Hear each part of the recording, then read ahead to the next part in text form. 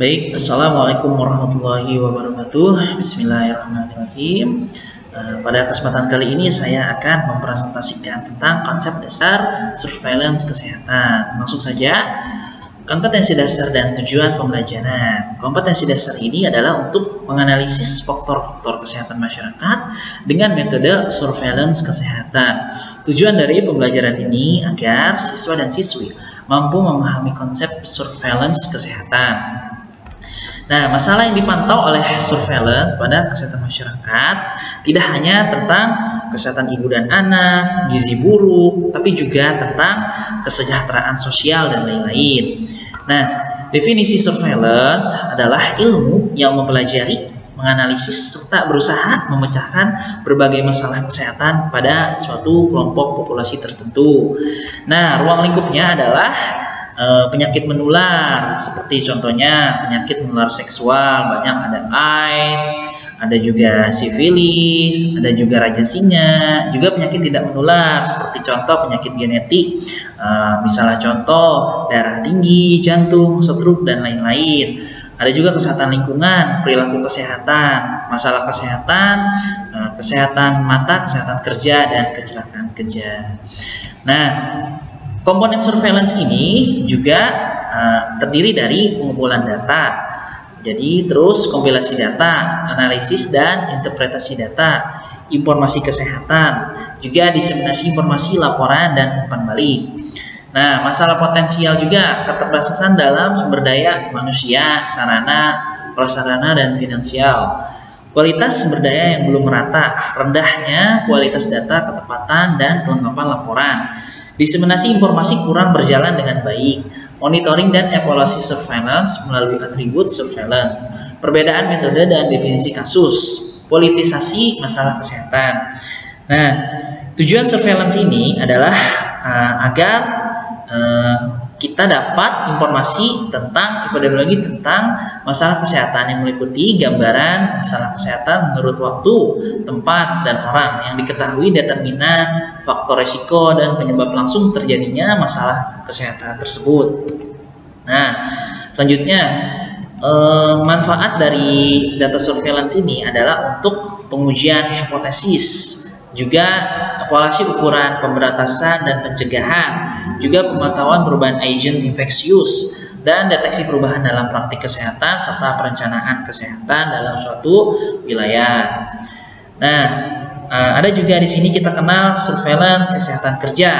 Nah, apa sih surveillance kesehatan kerja itu? Yaitu adalah data faktor risiko lingkungan kerja, data pemantauan hygiene industri, data pemantauan ergonomi, data pemantauan psikososial, data pemeriksaan kesehatan sebelum bekerja, berkala, kasus return to work, dan PHK.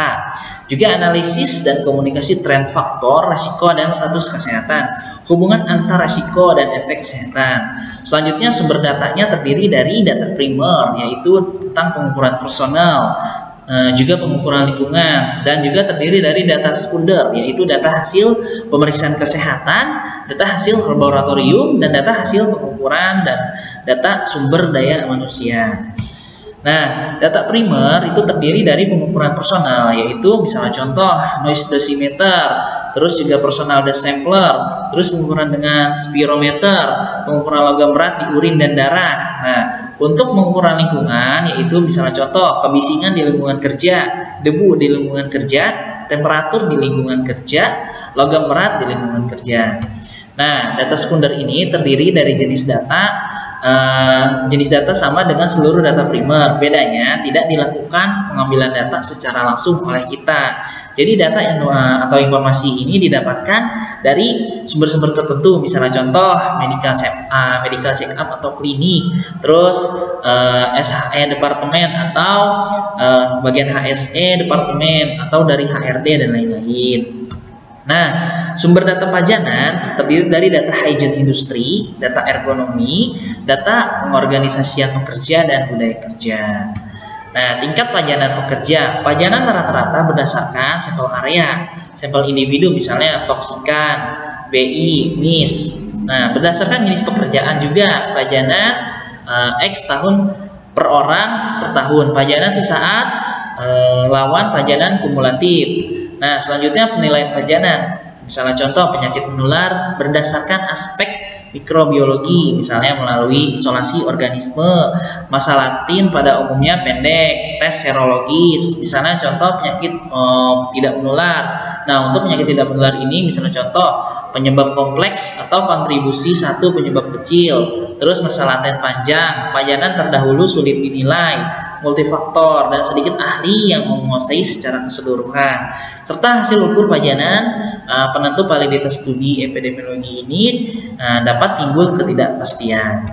Nah, klasifikasi pajanan. Pajanan dapat diklasifikasikan ke dalam sejumlah karakteristik yang menentukan pemilihan metode atau alat ukur. Nah, karakteristik individu atau agent lingkungan, terus data objektif dan subjektif, pajanan saat ini dan masa lalu.